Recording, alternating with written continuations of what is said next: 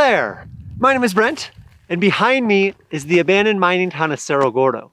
And I've been living up in this town for the past 4 years straight, trying to just bring it to life.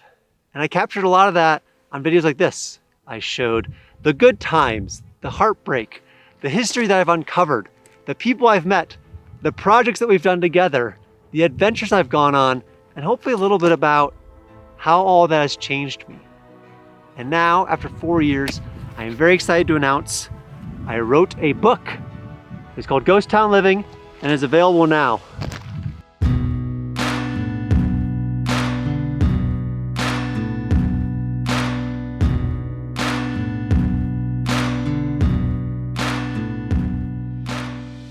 And this book actually started about 2 years ago, after I had been living in town for 2 years.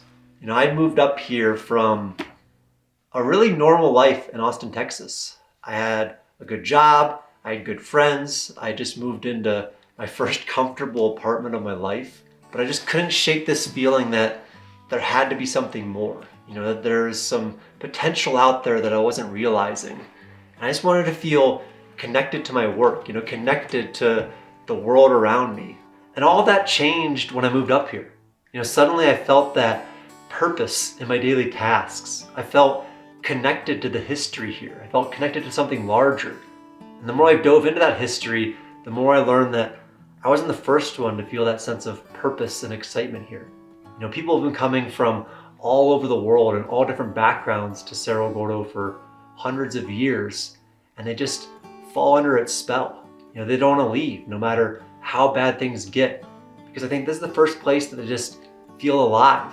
And a lot of those people were miners, you know, like Chet Reynolds, whose briefcase I came upon early on in my time here. And it's clear if you look through this, Chet came here with two things. He had a hope and a dream.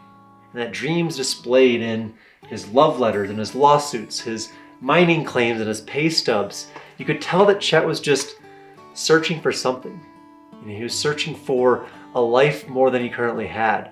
And that he had that determination to see it through. And reading through those stories of Chet and others, it's just impossible to ignore the gravitational force of this town. This town grew to be thousands of residents with hundreds of buildings, and every one of those residents had their own motivations for being here. They had their own experience, their own lessons to draw from. I think the main thing is that they all saw this hill as more than it currently was. They all saw within them more than they were currently given. That there was some type of untapped potential or desire up here.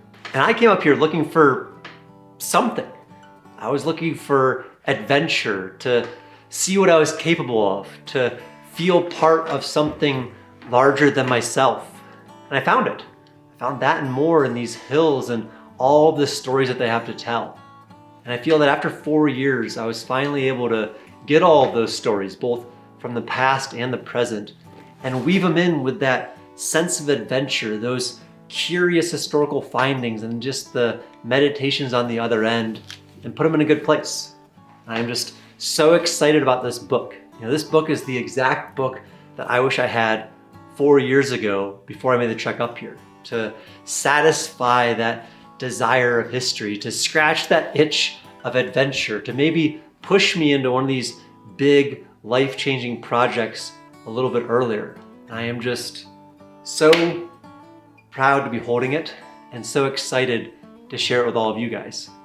The book is broken into 4 sections, one for each of the natural elements. There's earth, water, fire, and air. And each of those sections has 4 chapters.